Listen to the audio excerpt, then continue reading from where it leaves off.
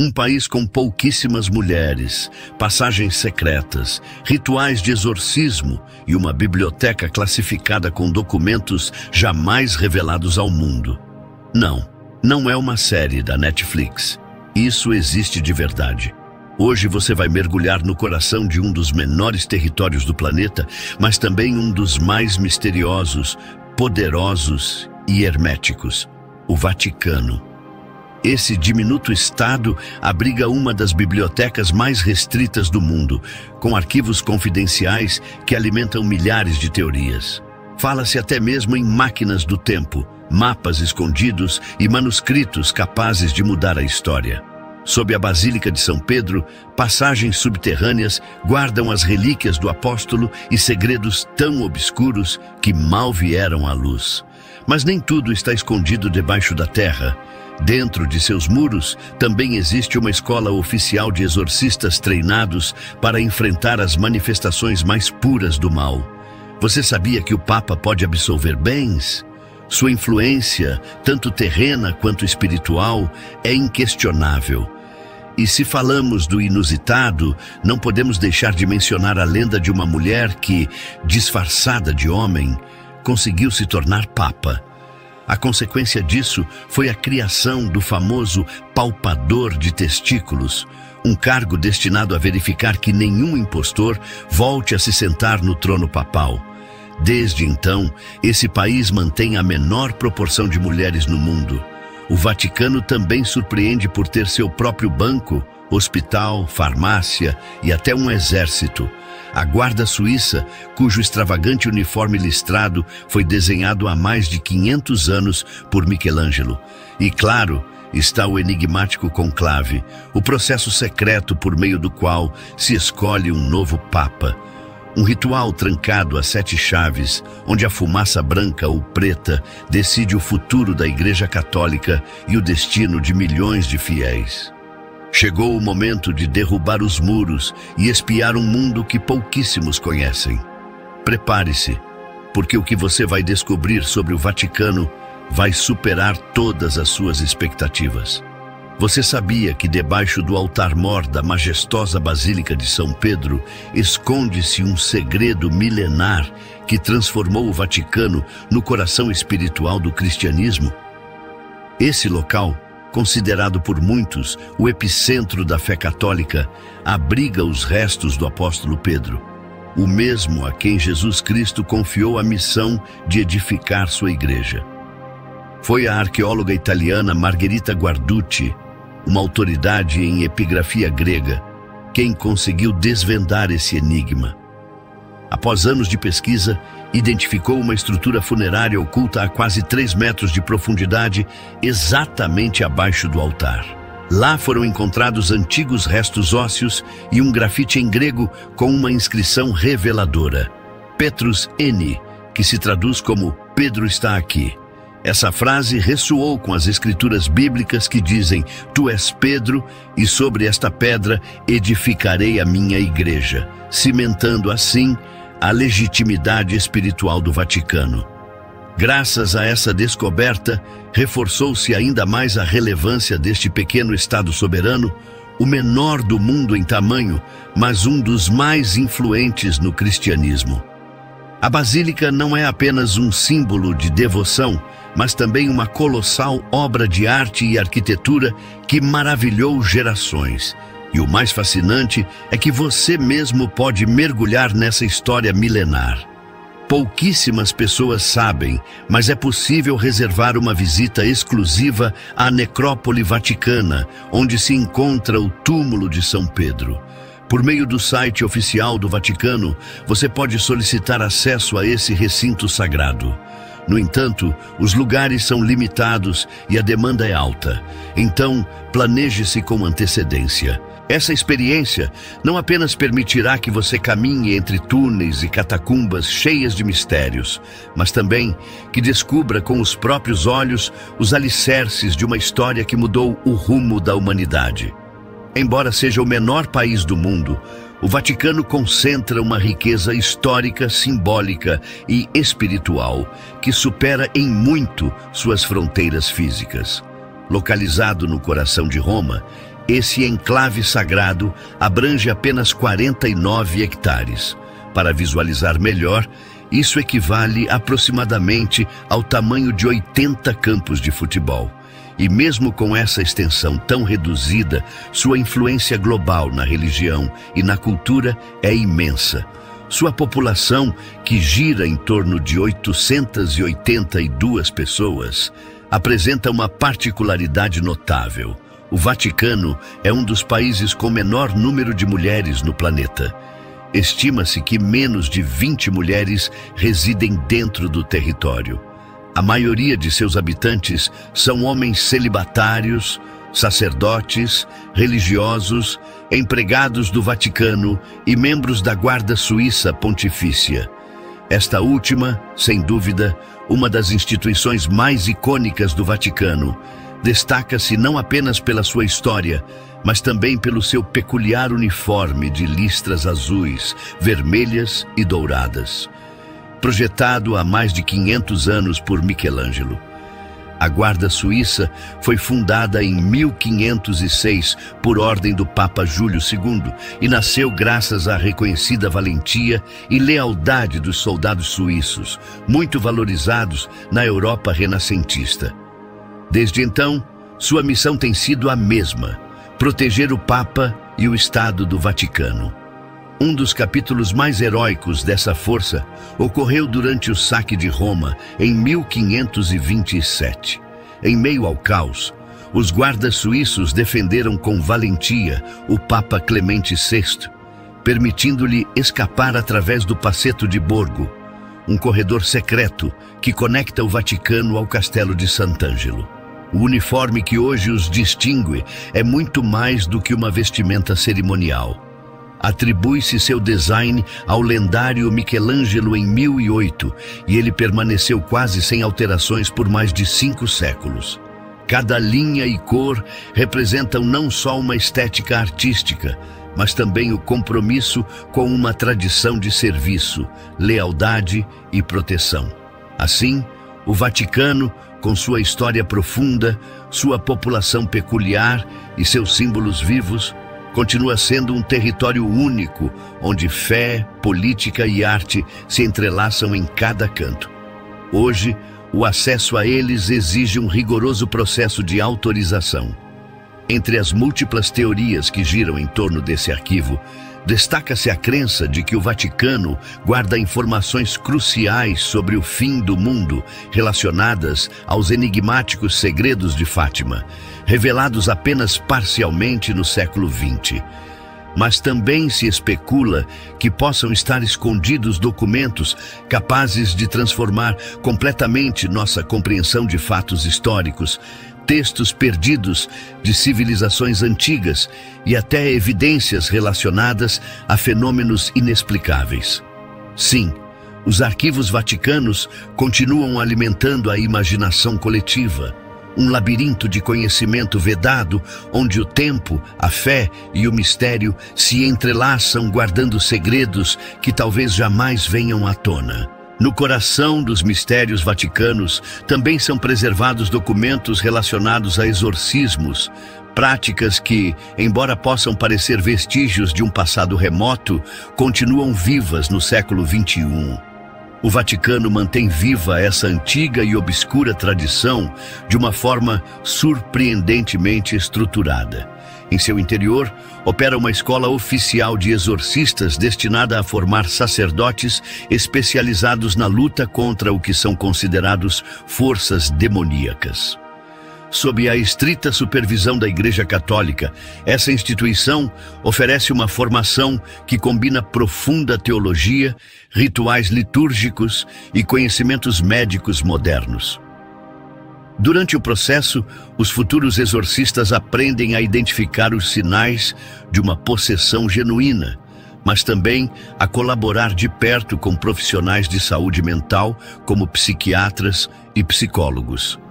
Essa cooperação é crucial para distinguir entre fenômenos espirituais e distúrbios psicológicos, como a esquizofrenia, evitando assim que se aplique um ritual em casos onde, na realidade, se necessita de tratamento clínico especializado. O curso é ministrado de forma reservada e apenas para um grupo seleto de sacerdotes, e ao final confere o título de exorcista oficial do Vaticano.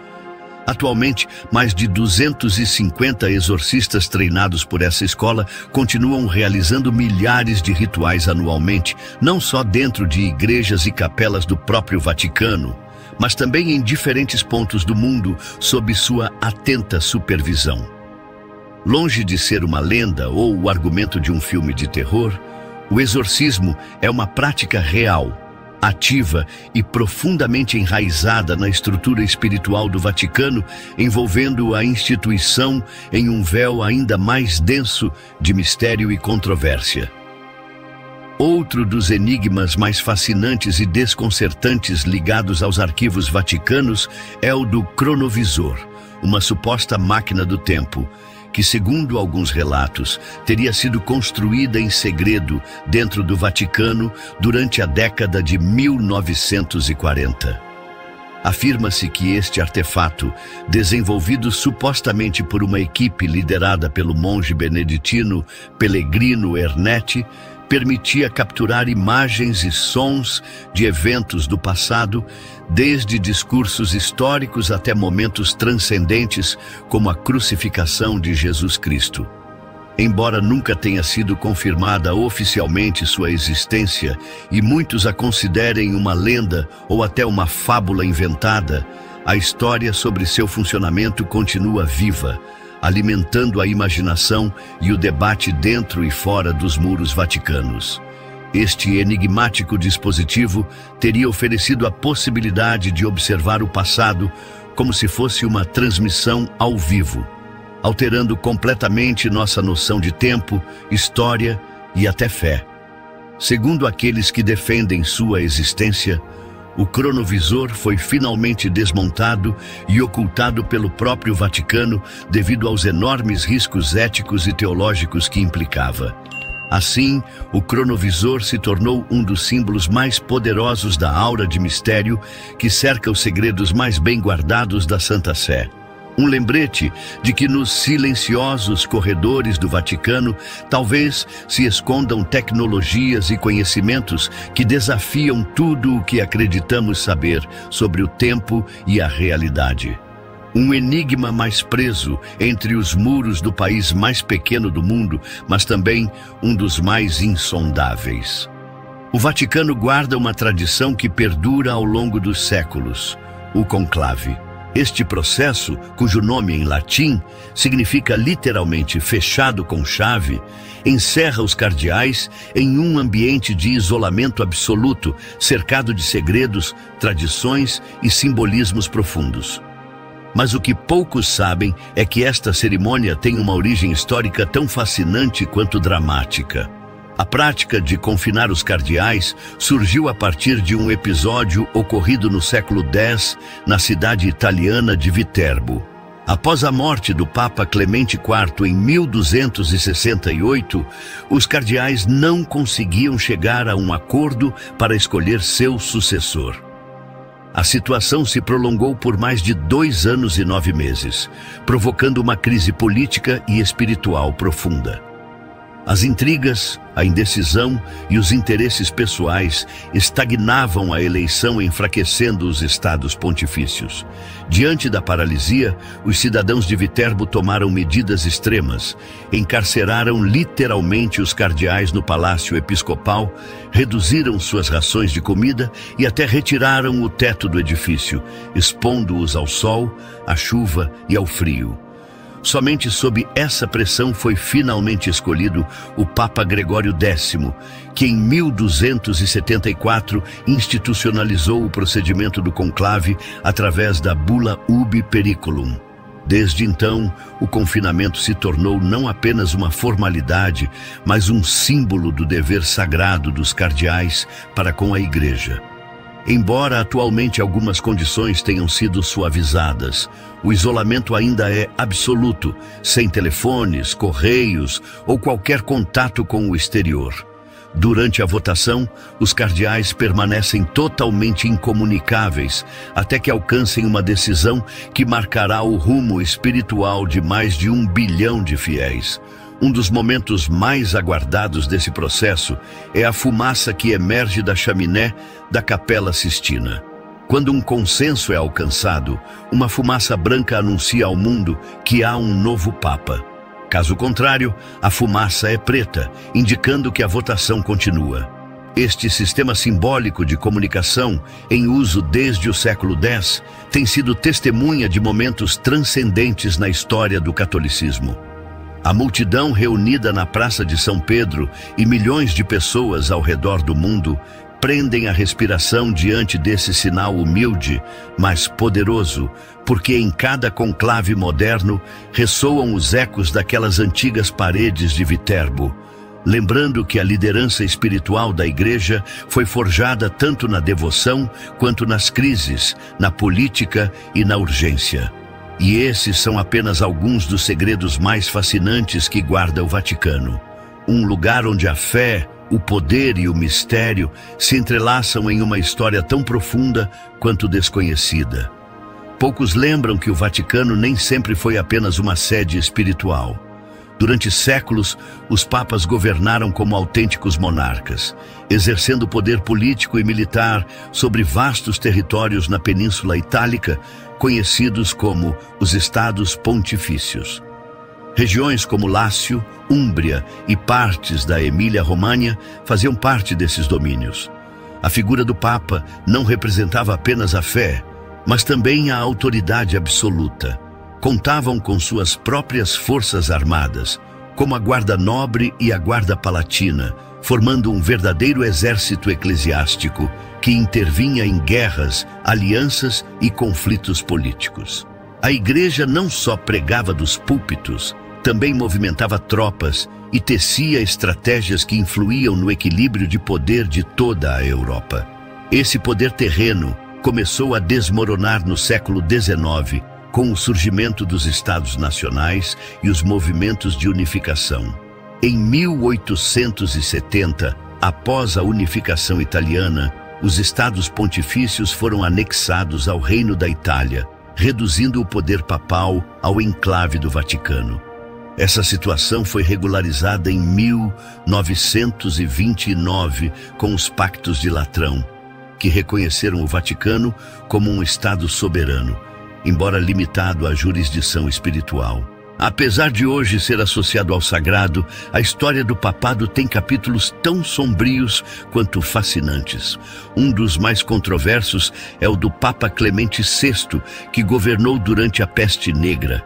Enquanto a Europa caía no caos, ele vivia rodeado de luxos e, sob seu comando, se popularizou a venda de indulgências, um sistema que permitia aos fiéis comprar o perdão de seus pecados ou reduzir seu tempo no purgatório em troca de dinheiro. Essa prática escandalosa acendeu a fúria de reformadores como Lutero e desencadeou a Reforma Protestante. Mas se falamos de papas polêmicos, poucos superam Alexandre VI, nascido Rodrigo Borgia, em Valência, Espanha. Ambicioso, hábil nas intrigas e politicamente astuto, ascendeu ao papado em 1492. Seu mandato foi marcado pela corrupção, nepotismo e uma vida pessoal escandalosa. Reconheceu vários filhos e lhes concedeu cargos de poder dentro da Igreja. Utilizou sua posição para fortalecer a influência dos Borgia e expandir territórios. Seu legado, entre a inteligência política e a decadência moral, continua sendo um dos mais debatidos da história vaticana. Hoje, a vida dentro do Vaticano continua sendo um enigma, mesmo para muitos católicos. Este diminuto estado, cercado por muros centenários, abriga cerca de 800 pessoas, em sua maioria sacerdotes, religiosos e funcionários. É um mundo predominantemente masculino e celibatário, onde as famílias são uma raridade. Somente certos funcionários e os membros da Guarda Suíça, o corpo militar mais pequeno e antigo do mundo, podem viver ali com suas famílias sob condições rigorosas. Uma das curiosidades mais chamativas é que o Papa não recebe salário. Suas necessidades estão cobertas pela Santa Sé, desde sua residência até seus deslocamentos, mas ele não recebe salário como outros líderes mundiais. Os sacerdotes que celebram missas no coração do catolicismo também não recebem uma remuneração direta. Seu trabalho é considerado um serviço sagrado e desinteressado, embora possam aceitar pequenas doações dos fiéis. Viver dentro do Vaticano significa muito mais do que simplesmente habitar um lugar. Significa fazer parte de uma comunidade fechada, onde o dia a dia transcorre entre a solenidade dos rituais, o peso da tradição e os ecos silenciosos dos grandes mistérios que ainda permanecem ocultos atrás de suas portas. Entre os cantos mais enigmáticos e carregados de história de Roma, encontra-se um passadiço quase lendário, o Passetto di Borgo. Esta estrutura elevada, discreta mas imponente, une duas fortalezas do poder eclesiástico e militar, o Castelo de Sant'Angelo e o Vaticano, especificamente a residência papal. Foi construída com um propósito muito específico: servir como via de fuga para o Papa em momentos de crise ou invasão. O Passetto tem sido uma testemunha silenciosa de séculos de conspirações, cerco e fugas desesperadas. Durante o saque de Roma, em 1527, esse corredor foi a salvação do Papa Clemente VII, que conseguiu escapar por ele enquanto a cidade caía no caos. Embora, hoje em dia, seu acesso seja restrito e só seja permitido percorrê-lo em ocasiões muito especiais, ainda pode ser visto parcialmente de algumas ruas próximas, alimentando a imaginação daqueles que se perguntam que segredos ele oculta em seu interior. Mas o mais intrigante do Passetto é que não apenas conecta o castelo com o Vaticano, mas se estende diretamente até os aposentos papais, reforçando sua função como uma rota de emergência entre o sagrado e o estratégico. Um verdadeiro túnel de mistério que guarda séculos de história, oculta sob a aparência de uma simples parede. O Vaticano, tal como o conhecemos hoje, é um enclave minúsculo, mas imensamente influente.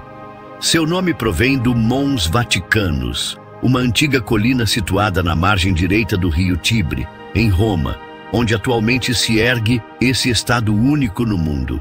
O que muitos não sabem é que antes de se tornar um símbolo de poder espiritual, esse território foi palco de conflitos políticos e disputas territoriais. Durante séculos, os papas não residiam no Vaticano. Sua sede principal era a Basílica de São João de Latrão, que não é apenas a Catedral de Roma, mas também uma das igrejas mais antigas do cristianismo. Ali viveram e governaram vários pontífices até que, no século X, o Papa Inocêncio II decidiu se mudar para um local mais seguro, o atual Palácio Apostólico dentro do Vaticano. Essa mudança marcou o início do que mais tarde se consolidaria como a residência permanente dos papas. Mas a história do Vaticano como Estado independente não começou até muitos séculos depois. Após anos de tensão entre a Santa Sé e o recém-unificado Reino da Itália, foram assinados os Pactos de Latrão em 1929, um acordo histórico que pôs fim à chamada Questão Romana. Esse pacto reconheceu o Vaticano como um Estado soberano completamente independente da Itália e garantiu a autoridade absoluta do Papa dentro de suas muralhas. Desde então, essa pequena nação, com apenas 44 hectares de extensão, tem sido o coração político, espiritual e simbólico da Igreja Católica. Um território diminuto, sim, mas cuja influência moldou, ao longo de séculos, o destino de milhões em todo o mundo. Em relação à economia do Vaticano, adentramos em um tema tão complexo quanto enigmático, embora se saiba que seus rendimentos vêm de diversas fontes, como as entradas para seus museus, as generosas doações de fiéis de todo o mundo e seus investimentos estratégicos. A transparência financeira tem sido, historicamente, um assunto espinhoso. Os escândalos financeiros do Banco do Vaticano, especialmente durante as décadas de 1970 e 1980, deixaram uma marca difícil de apagar e ainda hoje alimentam a aura de mistério que envolve as finanças da Santa Sé. Apesar dos esforços recentes para modernizar e limpar sua imagem, as dúvidas e controvérsias permanecem. Mas a riqueza do Vaticano não se limita ao dinheiro ou às obras de arte. Ele possui uma impressionante carteira de imóveis espalhados por algumas das cidades mais importantes do mundo. Desde Londres até Paris e Nova York, propriedades históricas, edifícios de escritórios e apartamentos de luxo fortalecem discretamente seu poder e alcance global, consolidando-o como um dos atores mais silenciosos, mais influentes nos cenários econômicos internacionais. No coração do Vaticano, o dinheiro não só sustenta as atividades religiosas, mas também é uma ferramenta estratégica para manter sua soberania, sua independência e sua presença no mundo moderno. Um aspecto único do Vaticano é seu sistema de segurança, considerado um dos mais rigorosos do mundo. A Guarda Suíça, reconhecida por seus uniformes renascentistas, é muito mais do que uma atração visual. São soldados altamente treinados, responsáveis diretamente pela proteção do Papa. Além disso, um avançado sistema de câmeras, controles biométricos e rigorosos protocolos de acesso regulam cada entrada e saída nesse pequeno, mas poderoso Estado. A figura mais importante dentro desses muros, o Papa, leva uma vida muito distinta do que muitos imaginam.